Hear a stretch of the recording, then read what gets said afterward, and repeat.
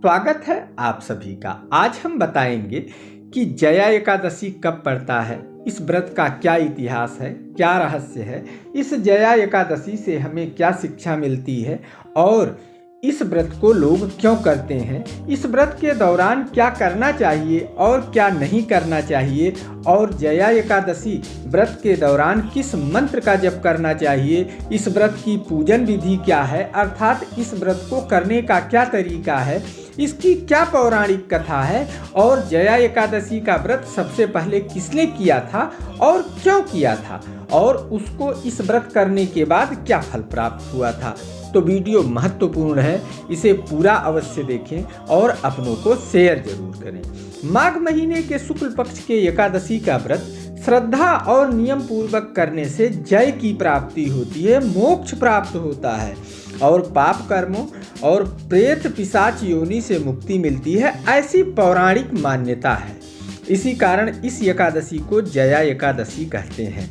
इस व्रत को करने के लिए जया एकादशी के दिन प्रातः उठकर स्नान ध्यान करके हाथ में पुष्प लेकर व्रत करने का संकल्प लेना चाहिए। फिर भगवान विष्णु के चित्र या मूर्ति जो उपलब्ध हो उसके सामने बैठकर उनका ध्यान करें और ओम नमो भगवते वासुदेवाय नमः मंत्र का जप कम से कम 108 बार करें या जितना अधिक हो सकता है। फिर भगवान विष्णु को फूल, फल, दीप, धूप, मिठाई आदि चढ़ाएं।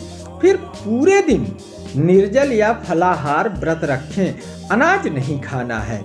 रात्रि में भगवान विष्णु के मंत्र का जप पुनः कम से कम 108 बार करें, अधिकतम जितना कर सकते हैं। फिर दूसरे दिन स्नान, पूजन और दान करें, ब्राह्मण या साधु संत को भोजन कराएं, फिर पारण करें।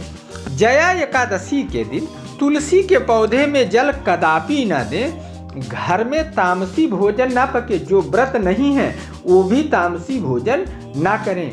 आप किसी को अपशब्द ना कहें। इस दिन पीला वस्त्र पहने और लोक कल्याण की भावना मन में रखें। गरीब, दुखी और बीमारों की सहायता करें तो आपको यह व्रत और अधिक फलदायी होगा।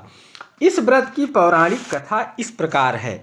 एक बार देवराज इंद्र स्वर्गलोक में एक भव्य सभा का आयोजन करते हैं और संगीत के लिए एक गंधर्व और एक अप्सरा को नियुक्त करते हैं।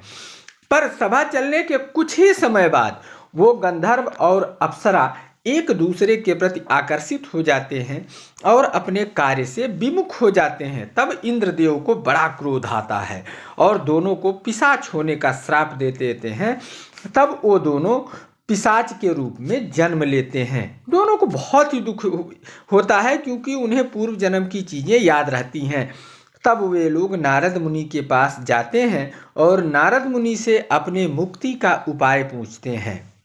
तब नारद मुनि कहते हैं कि माघ महीने का शुक्ल पक्ष जब आएगा तब उसके एकादशी का व्रत आप नियम और श्रद्धा पूर्वक करना और जिस प्रकार हम बता रहे हैं उस प्रकार करना और ओम नमः भगवते वासुदेवाय नमः मंत्र का जप करना, इससे आपका कल्याण होगा।